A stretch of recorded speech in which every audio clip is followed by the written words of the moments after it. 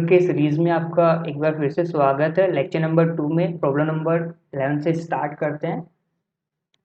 In comparison to a 0.01 m solution of glucose, the depression in freezing point of 0.01 m MgCl2 solution। देखो बच्चों, यहाँ पर इसने दो सॉल्यूशंस देके रखे हैं और दोनों सॉल्यूशंस में डिप्रेशन इन फ्रीजिंग पॉइंट का कंपैरिजन पूछा है इसमें। ओके, तो चलो देखते हैं क्या है।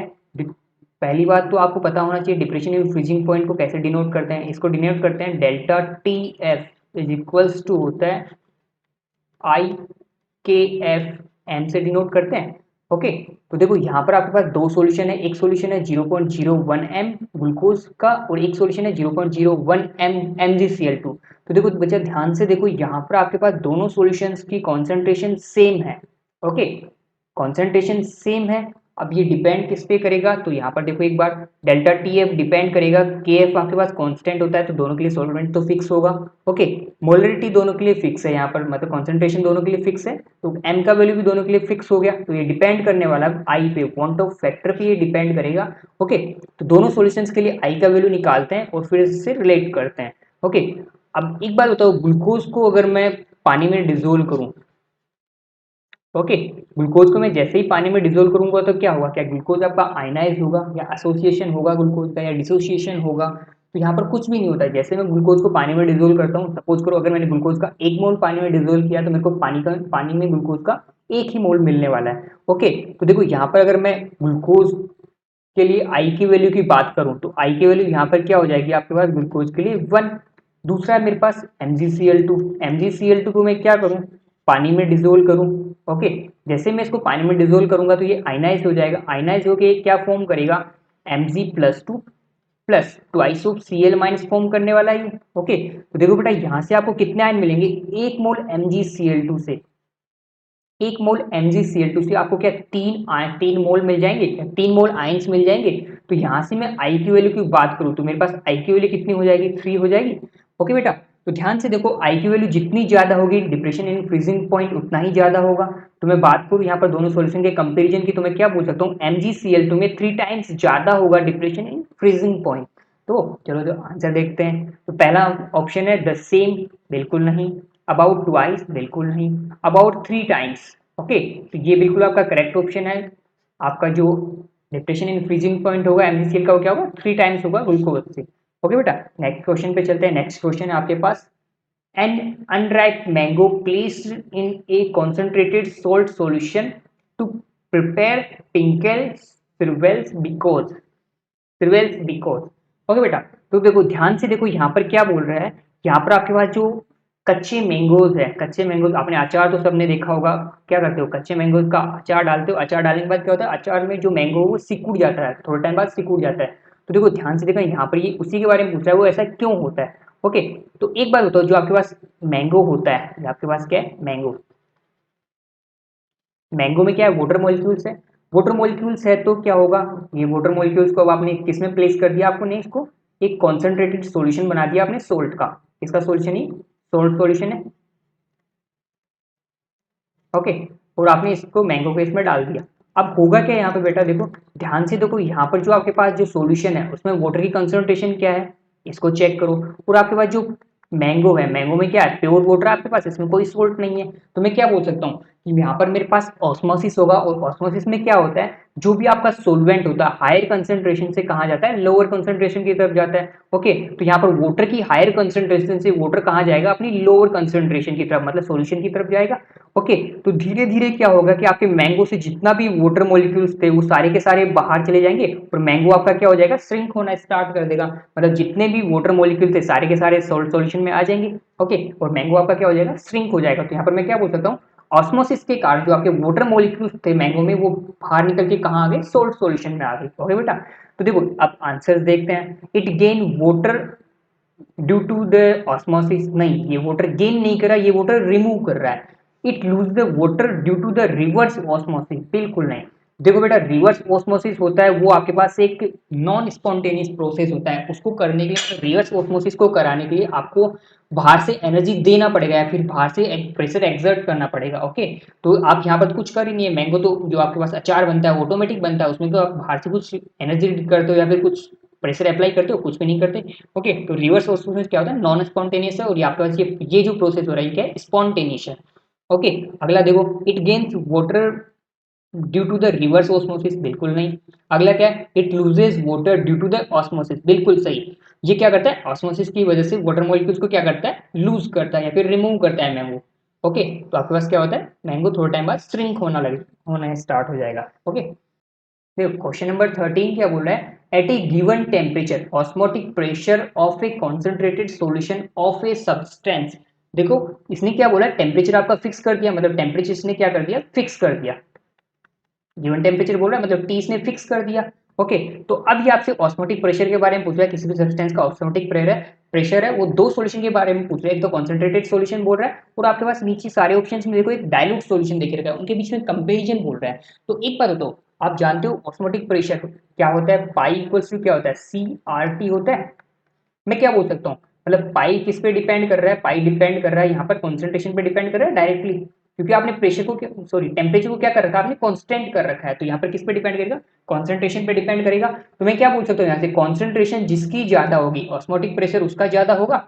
ओके, तो यहाँ से मैं क्या बोल सकता हूँ कि osmotic pressure of a concentrated solution of a substance is higher than that of a dilute solution, बिल्कुल सही बात है।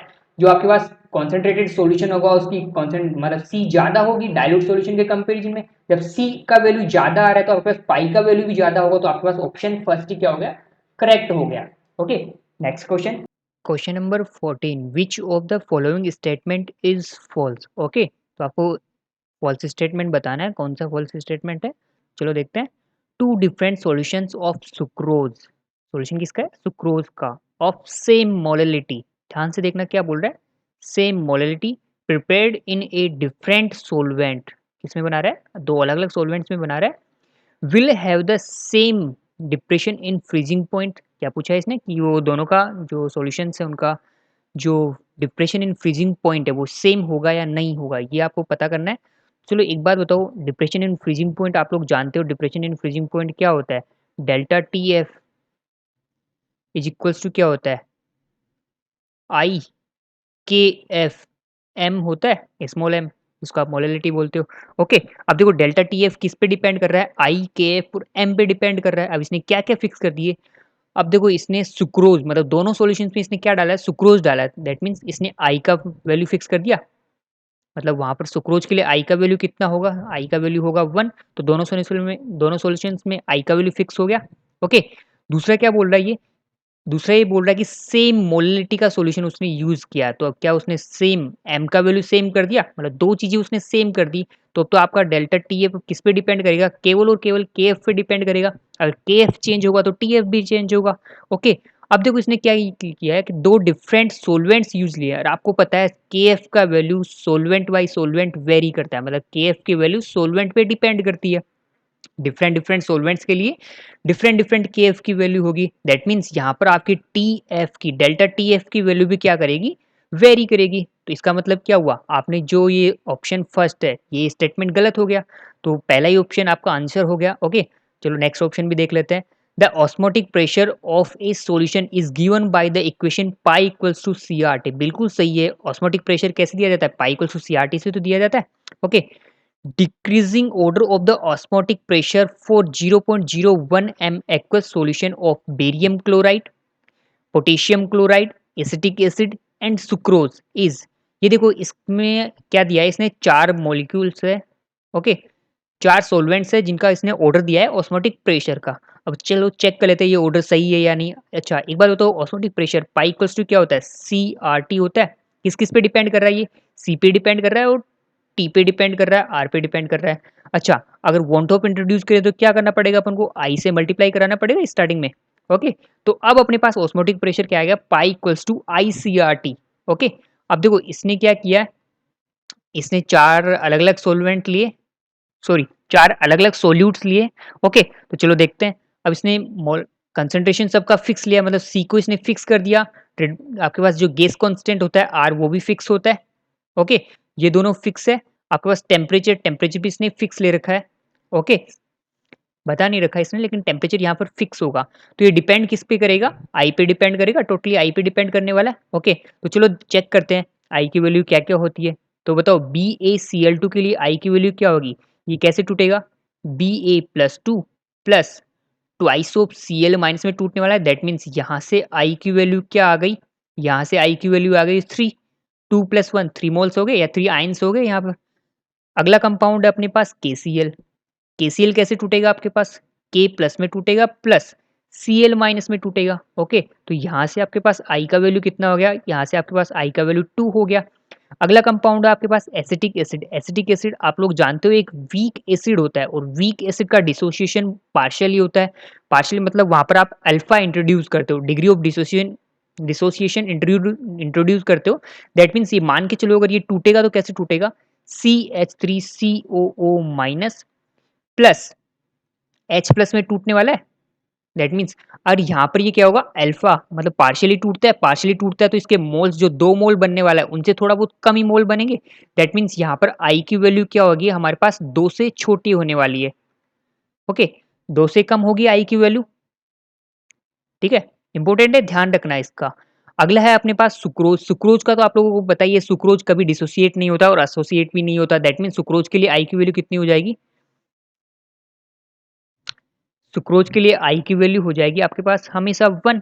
ओके, लेकिन इसका भी ध्यान रखना, ये आई की वैल्यू यहाँ पर क्या होगी, एस्टिक एसिड के लिए आई की वैल्यू होगी 2 से तो कम होगी और 1 से ज्यादा होगी। इस चीज का ध्यान रखना, 1 से ज्यादा होगी यहाँ पर आई का वैल्यू, क्योंकि ये पार्शियली टूटता है ना, 10% टूट जाए, 15% टूट जाए, लेकिन यहाँ पर 1 से ज्यादा होगी और 2 से कम होगी, इसका ध्यान रखना। ओके, तो यहाँ पर ऑर्डर क्या हो गया, BaCl2 का ऑस्मोटिक प्रेशर सबसे ज्यादा हो जाएगा, बिल्कुल सही है। यहाँ पर BaCl2 देके रखा है, फिर उसके बाद KCl का होगा, बिल्कुल सही है, फिर KCl देके रखा है।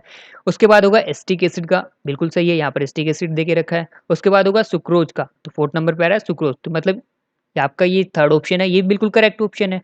ओके, मतलब सही स्टेटमेंट है, ये क्या है, ट्रू स्टेटमेंट है। और अपन को छांटना कौन सा था, फॉल्स स्टेटमेंट। दैट मीन्स ये अपना आंसर नहीं होगा।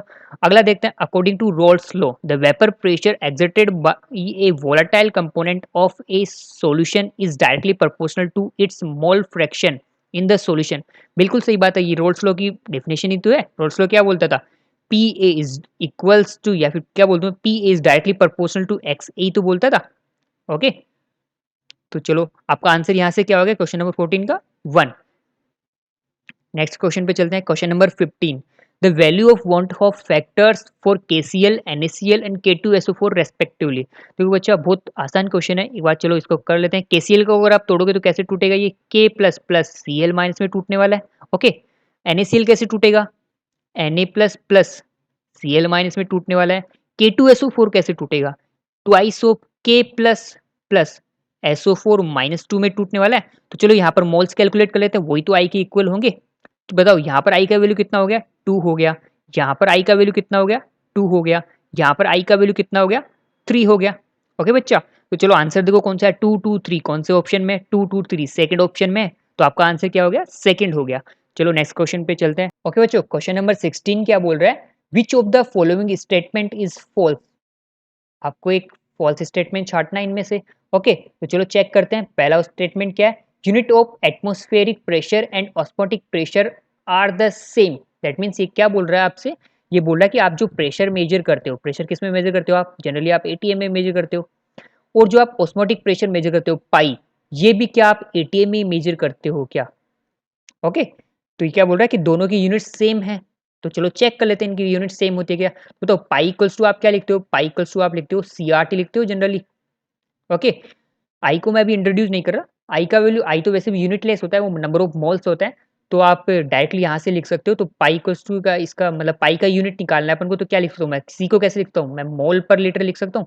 ओके, इसको क्या मैंने क्या किया, मोल पर लीटर लिख दिया, मल्टीप्लाई बाई आर। किस में लेके चल रहे हो आप, जनरली ATM में लेके चलते हो, तो ATM में इसका यूनिट क्या आता है, लीटर ATM पर मोल केल्विन होता है, पर मोल केल्विन होता है। ओके, टेम्परेचर को किस में मेजर करते हो आप, केल्विन में मेजर करते हो। तो चलो देखो, केल्विन से आपका केल्विन कट जाएगा। ओके, मोल से आपका मोल कट जाएगा, लीटर से आपका लीटर कट जाएगा, और आपके पास क्या बच जाएगा, एटीएम बच जाएगा। तो यहाँ से पाई का यूनिट क्या निकल के आ गया आपके पास, एटीएम निकल के आ गया। तो यहाँ से क्या बोल सकते हो आप, पाई जो आपके पास ऑस्मोटिक प्रेशर होता है और जो एटमॉस्फेरिक प्रेशर होता है, दोनों का यूनिट क्या होता है, सेम होता है। ओके, दैट मीन्स आपके पास जो स्टेटमेंट फर्स्ट है वो करेक्ट है। ओके, और आपको छांटना कौन सा है, फॉल्स छांटना है, तो ये अपना आंसर नहीं होगा। अगले पे चलते हैं, अगला क्या है, in reverse osmosis solvent molecules move through a semi permeable membrane from a region of lower concentration of solute to a region of higher concentration solvent। अच्छा, तो चलो चेक करते हैं इसको एक बार, ये क्या बोल रहा है। इसको समझने के लिए एक बार आप डायग्राम बनाओ, एक डायग्राम है छोटा सा, उसको समझो कैसे क्या बोल रहा हूँ मैं। ठीक है, मैंने दो बीकर्स लिए और उनको कनेक्ट कर रखा है। ओके, और कनेक्ट करके उनको मैंने सेपरेट कर रखा है एक एसपीएम से। यहाँ पर मैंने क्या है, एक एसपीएम से मैंने इसको क्या कर रखा है, सेपरेट। ये क्या है मेरे पास, एसपीएम, सेमी परमिएबल मेम्ब्रेन है। अब देखो यहाँ पर मैंने क्या ले रखा है, यहाँ पर मैंने ले रखा है सॉल्यूशन। अब आप लोगों को पता है सॉल्यूशन मैंने ले रखा है तो उसमें क्या होगा, सोल्यूट भी होगा। ओके, प्लस उसमें क्या होगा, सोलवेंट भी होगा। ओके बच्चा, अब देखो यहाँ पर मैंने क्या ले रखा है, यहाँ में मैंने लिख रखा है प्योर सोलवेंट लेके रखा है। क्या लिख रखा है, प्योर सोलवेंट। अच्छा, प्योर सोलवेंट लेके रखा है। अब थोड़ा इसका कंसंट्रेशन चेक करते हैं। अच्छा, एक बात हो, सोल्यूट के सेंस में अगर मैं बात करूं तो सोल्यूट के सेंस में यहाँ पर आपका सोल्यूट का कंसंट्रेशन इसके कंपेरिजन में हाई है या लो है। ध्यान से देखो, यहाँ पर सोल्यूट का कुछ ना कुछ अमाउंट है, यहाँ पर सोल्यूट का कुछ भी अमाउंट नहीं है। दैट मीन्स यहाँ पर आपका सोल्यूट, ये जो सोल्यूशन बना, ये क्या कॉन्सेंट्रेटेड सोल्यूशन हो गया इसके कंपेरिजन में। ओके, सेकंड वाले के कंपेरिजन में। तो यहाँ पर मैं क्या बोल सकता हूँ, ये मेरे पास कौन सा सोल्यूशन है, कॉन्सेंट्रेटेड सोल्यूशन। क्या बोल सकता हूँ, कॉन्सेंट्रेटेड। आपके पास ये क्या हो गया, कॉन्सेंट्रेटेड सॉल्यूशन हो गया। अच्छा, अगर ये कॉन्सेंट्रेटेड सॉल्यूशन है तो ये क्या हो जाएगा आपके पास, डाइल्यूट सॉल्यूशन हो जाएगा। डाइल्यूट सॉल्यूशन हो गया। अब देखो क्या बोल रहा है, अगर यहाँ पर ऑस्मोसिस होगा, सपोज करो अगर यहाँ पर ऑस्मोसिस की प्रोसेस होगी तो क्या होगा, यहाँ पर आपके जो प्योर सोलवेंट के मॉलिक्यूल्स है वो यहाँ से यहाँ जाएंगे। दैट मीन्स प्योर सोलवेंट के मॉलिक्यूल डाइल्यूट सॉल्यूशन से कहाँ जाएंगे, कॉन्सेंट्रेटेड सॉल्यूशन में जाएंगे, तभी आपके पास क्या होगा, ऑस्मोसिस होगा। अच्छा, अब एक बार लाइन को फिर से पढ़ो, क्या बोल रहा है, solvent molecules move through a semi permeable membrane from region of lower concentration of solute to a region of higher concentration. देखो ध्यान से देखो, डाइल्यूट से कहाँ जा रहा है, कॉन्सेंट्रेशन, कॉन्सेंट्रेटेड सॉल्यूशन की तरफ, और यहाँ पर भी ये क्या बोल रहा है, लोअर कंसंट्रेशन से कहाँ जा रहा है, हायर कंसंट्रेशन। दैट मीन्स इसने ये वाला जो स्टेटमेंट बोला वो किसके लिए हो गया, ये वाला स्टेटमेंट ऑस्मोसिस के लिए हो गया, और इसने यहाँ पर क्या बोल रखा है, ये रिवर्स ऑस्मोसिस के लिए बोल रहा है, इसलिए अपना पास क्या हो गया, ये स्टेटमेंट गलत हो गया, और अपना आंसर क्या हो गया, सेकंड आंसर। अगला क्या है, ये बोल रहा है कि then value of molar depression constant depends on nature of solvent. बिल्कुल सही बात है, डिफरेंट डिफरेंट के लिए, डिफरेंट डिफरेंट सोलवेंट्स के लिए मेरे पास जो मोलर डिप्रेशन कांस्टेंट होता है उनका वैल्यू डिफरेंट डिफरेंट होता है। ओके, अगला क्या बोल रहा है, relative lowering of vapour pressure is dimensionless quantity. अच्छा, तो चलो इसको देखते हैं एक बार। जो relative lowering of vapour pressure है उसको मैं कैसे डिनोट कर सकता हूँ, delta P divided by P A is equals to X B से डिनोट करता हूँ। अच्छा, एक बात तो अगर यहाँ पर आप इसको कैलकुलेट कर रहे हो, इसी को तो आप क्या बोलते हो, आर एल वी पी, इसी को तो बोलते हो R L V P. Okay, यही तो आपके पास relative lowering in vapour pressure. अच्छा, इसकी यूनिट किस पे डिपेंड करेगी, एक्स बी पे डिपेंड करेगी। और आपको एक बात पता है, जो मोल फ्रैक्शन होता है यूनिट लेस होता है। अगर आपको चेक भी करना है तो चेक कर सकते हो, आप इसको क्या लिख सकते हो, N B divided by N A plus N B लिखने वाले हो। यहाँ से मोल का यूनिट और मोल के यूनिट से कैंसिल आउट हो जाएगा, और आपके पास एक क्वांटिटी कैसी बनेगी, कैसी क्वांटिटी बचने वाली है आपके पास, एक यूनिट लेस क्वांटिटी बचेगी। तो इसको मैं क्या बोल सकता हूँ, डायमेंशन लेस क्वांटिटी है आपके पास। तो ये स्टेटमेंट भी मेरा बिल्कुल करेक्ट है, तो आपका आंसर क्या हो गया, आंसर सेकंड। नेक्स्ट क्वेश्चन पे चलते हैं। Value of Henry constant K H increase with increase in temperature, decrease with increase in temperature, remains constant, first increase then decrease. देखो बच्चा, ये बहुत ही इंपॉर्टेंट क्वेश्चन है, ध्यान से समझना मैं क्या बोल रहा हूँ, इसको स्टेप बाय स्टेप समझना। ओके, तो सबसे पहले एक बात होता है, मैं सोलबिलिटी की बात करूँ तो टेम्परेचर इंक्रीज करने पे सोलबिलिटी इंक्रीज होती है या डिक्रीज होती है, ये तो आप लोगों को पता है। तो क्या बोलते हैं, जैसे जैसे मैं टेम्परेचर इंक्रीज करता हूँ, ठीक है, मैं गैसेस की सोलबिलिटी की बात कर रहा हूँ यहाँ पर। ओके, के एच हेनरी हेनरी कांस्टेंट, तो गैस के बारे में बात करता, तो यहाँ पर मैं गैस की सोलबिलिटी की बात करता हूँ। तो क्या बोलूंगा, अगर मेरे पास टी इंक्रीज करता हूँ तो गैसेस की सोलबिलिटी क्या होती है। अच्छा, आपने जो कोक की बोतल को अगर आप क्या करोगे, उसका टेम्परेचर इंक्रीज करोगे तो जो उसमें CO2 होती है, क्या वो उसमें डिसोल्व हो पाएगी, अच्छे से नहीं हो पाएगी। दैट मीन्स वहाँ पर उसकी सोलबिलिटी कम हो रही है। तो यहाँ से मैं बोल दूँ उसकी सोलबिलिटी एक्स। मोल फ्रैक्शन के टर्म्स में बोलेंगे सोलबिलिटी को। ओके, तो मैंने क्या बोल दिया, उसकी एक्स क्या होती है, कम होती है। अगर मैं टेम्परेचर इंक्रीज करता हूं तो गैस की सोलबिलिटी क्या होती है, कम होती है। ये आपको पता लग गया। दूसरा आपका हेनरी लो क्या बोलता था, हेनरी लो बोलता था P इक्वल्स टू क्या होता था आपके पास, के एच एक्स होता था, यही तो होता था हेनरी लो। अब देखो यहाँ पर हम अगर हम प्रेशर कांस्टेंट कर दे, ओके, प्रेशर कांस्टेंट कर दे तो आपका के एच एक्स पे कैसे डिपेंड करेगा, ये डिपेंड करेगा, इनवर्सली डिपेंड करेगा। दैट मीन्स मैं क्या बोल सकता हूँ, यहाँ से मैं बोल सकता हूँ K H is directly proportional to 1/x हो जाएगा। ओके, अगर मैं के एच को इंक्रीज करूंगा तो मेरे पास सोलिबिलिटी क्या करेगा, डिक्रीज करेगा। अब देखो इस इक्वेशन नंबर फर्स्ट और इक्वेशन नंबर सेकंड को कंपेयर करो, यहां से आपको एक रिलेशन मिलेगा। अगर मैं टी को इंक्रीज कर रहा हूं तो मेरे पास एक्स डिक्रीज हो रहा है, तो ध्यान से देखो यहाँ पर भी एक्स डिक्रीज हो रहा है। दैट मीन मेरे पास के एच क्या हो रहा है, इंक्रीज हो रहा है। तो यहाँ पर अगर मैं टी को इंक्रीज करूंगा, टेम्परेचर को इंक्रीज करूंगा, तो मेरे पास के एच क्या होने वाला है, इंक्रीज कर सक हो जाएगा। दैट मीन्स मैं इसका जस्ट अपोजिट भी बोल सकता हूँ, अगर मैं हेनरी कॉन्स्टेंट को इंक्रीज करूंगा तो मेरे पास टेम्परेचर क्या होगा, इंक्रीज होगा। ओके, तो यहाँ पर केज के बारे में क्या अपन क्या बोल सकते हैं, increase with increase in temperature, temperature increase करते हेनरी कांस्टेंट आपका क्या कर रहा है, इंक्रीज हो रहा है। ओके बच्चा, तो ध्यान से देखना आपका आंसर क्या हो गया, फर्स्ट। बहुत इंपॉर्टेंट क्वेश्चन है, अच्छे से फिर से एक बार ट्राई करना इसको समझने की, खुद से करने की कोशिश करना, बहुत ही इंपॉर्टेंट क्वेश्चन है। ओके, अगले क्वेश्चन पे चलते हैं।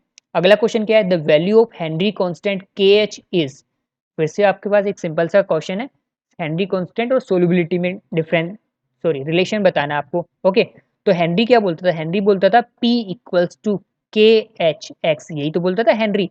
अगर मैं यहाँ पर प्रेशर कांस्टेंट कर दूं तो के एच और एक्स में क्या आ जाएगा, इनवर्सली प्रोपोर्शनल टू का रिलेशन आ जाएगा। ओके, अगर मैं के एच को इंक्रीज करूंगा तो सोल्युबिलिटी मेरी क्या हो जाएगी, डिक्रीज होने लग जाएगी। ओके, तो चलो चेक करते हैं।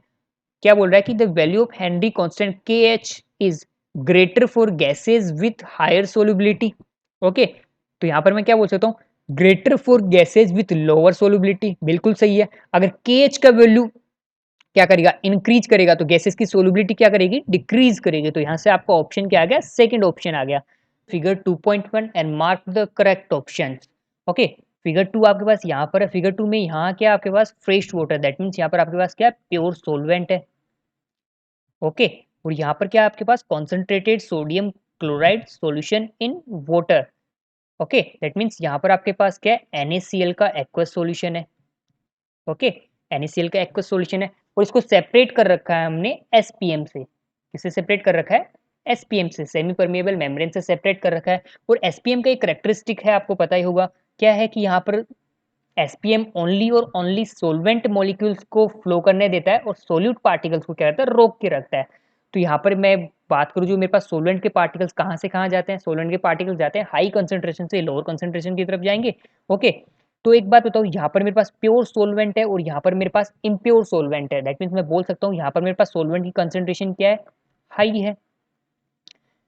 ओके, और यहाँ पर मेरे पास जो सोलवेंट की कंसंट्रेशन क्या है, लो है। तो मेरे पास जो नेट फ्लो होगा वो कहाँ से कहाँ होगा, A टू B होगा, जब आपके पास यहाँ पर कोई भी प्रेशर अप्लाई नहीं कर रखा। सपोज आपने यहाँ पर क्या 1 atm एयर का प्रेशर आपके पास अप्लाई कर रखा है, तब की ये कहानी होगी।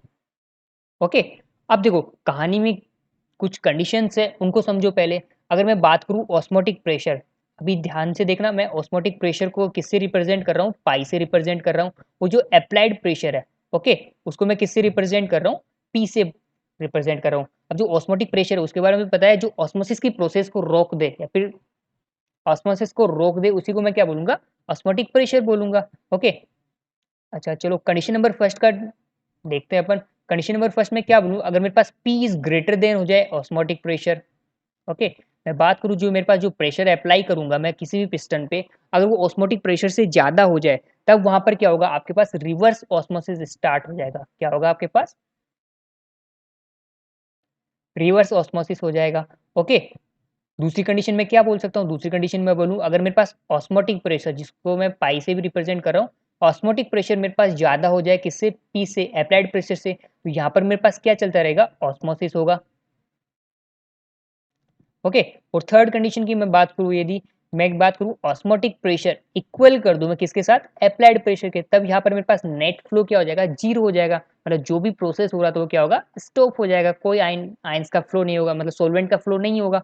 ओके, तो चलो कंडीशन के बारे में ट्राई करते हैं। कंडीशन क्या है, water will move from side A to B. देखो मैं फर्स्ट ऑप्शन को यहाँ लिख दो, मेरा वाटर कहाँ जा रहा है, ए टू बी की तरफ जा रहा है। कब जा रहा है, कंडीशन क्या है वो देख लेते हैं। If pressure is lower than the osmotic pressure, क्या बोल रहा है, pressure is lower than the osmotic pressure, that means यहाँ पर आपके पास क्या है, पाई ज्यादा है और पी कम है, अप्लाइड प्रेशर कम है। तो आपके पास कंडीशन कौन सी होगी, सेकंड कंडीशन हो गई। आपके पास ऑस्मोटिक प्रेशर ज्यादा हो जाए, अप्लाइड प्रेशर, तब वहां पर क्या होगा, ऑस्मोसिस होगा। दैट मीन्स जब आप ये कंडीशन अप्लाई करोगे तो आपके पास जो प्रोसेस होगा उसमें क्या होगा, ऑस्मोसिस होगा, और ऑस्मोसिस होगा तो कंसर्न जो आपके पार्टिकल्स का फ्लो होगा वो कहाँ होगा, ए टू बी होगा। ओके, दूसरी कंडीशन की बात करते हैं। दूसरी कंडीशन क्या है, water will move from side B to side A, that means आपका वाटर यहाँ से यहाँ जाएगा, बी टू ए जाएगा। कंडीशन क्या है, if pressure is greater than the osmotic pressure, यहाँ पर इसने क्या बोला है कि आपका P ग्रेटर देन है पाई। ओके, यहाँ पर मैं क्या बोल सकता हूँ, जब मेरा P ग्रेटर देन पाई होगा तो कंडीशन फर्स्ट हो गया, और कंडीशन फर्स्ट में क्या है, रिवर्स ऑस्मोसिस होगा। अच्छा, ऑस्मोसिस हो रहा था तब आपका सोलवेंट कहाँ जा रहा था, ए टू बी जा रहा था। अब रिवर्स ऑस्मोसिस में कहाँ जाएगा आपका सोलवेंट, बी टू ए जाएगा। तो आपके पास ये कंडीशन भी सही है, तो पहली कंडीशन भी सही है, दूसरी कंडीशन भी सही है। ओके, तो यहाँ पर आपके दो आंसर तो हो गए इस क्वेश्चन में, फर्स्ट और सेकंड। अब थर्ड को ट्राई करते हैं, देखिए water will move from side B to A. Third condition क्या है, वाटर कहाँ से कहाँ जा रहा है, वाटर जा रहा है बी टू ए जा रहा है। ओके, और कंडीशन क्या देख रखी है इसमें, if pressure is equal to the osmotic pressure, ये बोल रहा है पी इक्वल्स टू किसके हो जाए, पाई के इक्वल हो जाए। लेकिन कंडीशन नंबर थर्ड देखो, जब आपका ऑस्मोटिक प्रेशर पाई के इक्वल हो जाए तो जो भी आपके पास प्रोसेस होगा वो स्टॉप हो जाएगा, नेट फ्लो क्या हो जाएगा, जीरो हो जाएगा। मतलब यहाँ पर ये प्रोसेस नहीं होगा। ओके, फोर्थ ऑप्शन देखते हैं। फोर्थ ऑप्शन क्या बोल रहा है, water will move from side A to B, side A to B बोल रहा है ये। अच्छा, ऊपर वाले को करेक्शन कर लेना, यहाँ पर साइड ये जो वाटर का फ्लो होता है ये बी टू ए यहाँ देख रहा था, ये थोड़ा सा मिस्टेक हो गया। ओके, इसमें चेक करना ये कहाँ जा रहा है, ए टू बी जा रहा है। और कंडीशन क्या देख लीजिए, if pressure equal to the osmotic pressure is applied on the piston. मतलब यहाँ पर भी इसने क्या दे रखा है, पी को किसके इक्वल कर रखा है, ऑस्मोटिक प्रेशर के इक्वल कर रखा है। मतलब यहाँ पर भी आपके पास कोई प्रोसेस होगा, आपके पास जो नेट जो प्रोसेस होगा वो क्या होगा, जीरो होगा। ओके, या नेट फ्लो होगा वो क्या होगा, जीरो होगा। तो आपके आंसर्स क्या हो गए, फर्स्ट और सेकंड। थर्ड में चलते हैं, question number 20। We have three aqueous solutions of NaCl labeled A, B, C with concentration 0.1 m, 0.01 m and 0.001 m respectively. The value of want of factors for those solutions will be in the order. देखो want of factor क्या होता है, number of ions होते थे आपके जो आप water molecule में जाने के बाद एसोसिएट या डिसोसिएट होने थे, या फिर जो भी सोलवेंट में जाने के बाद एसोसिएशन या डिसोसिएशन होने के बाद जो भी आपके पास आयंस बचते थे उसी को want of factor बोलते थे आप। ओके, तो एक बात होता है NaCl आपके पास क्या है, आयनिक कंपाउंड है। आप इसको जैसे ही सोलवेंट में डालोगे तो ये कैसे टूटेगा, चाहे इसकी कंसंट्रेशन कुछ भी हो। ओके, ये हमेशा किस में टूटेगा, Na प्लस प्लस और Cl माइनस में टूटने वाला है। दैट मीन्स यहाँ पर आपके पास कितने आयंस मिलने वाले हैं, आपको 2 आयंस मिलने वाले हैं। ओके, एक मोल से 2 आयंस मिलने वाले हैं। NaCl के एक मोल से आपके पास एक मोल Na मिलेगा और एक मोल कौन मिलेगा, Cl मिलेगा। ओके, तो यहाँ से आपके पास जो नेट मोल्स मिलने वाले वो कितने हो जाएंगे, 2 हो जाएंगे। और यही मेरे पास क्या होगा, आई का वैल्यू होगा, चाहे इसका कॉन्सेंट्रेशन कुछ भी हो, उस पर कोई डिपेंडेंसी नहीं है इसकी। ओके, तो यहाँ पर मेरे पास क्या हो जाएगा, वांट ऑफ फैक्टर तीनों के लिए मेरे पास क्या हो जाएंगे, सेम हो जाएंगे। तो आपका ऑप्शन थर्ड हो गया आंसर।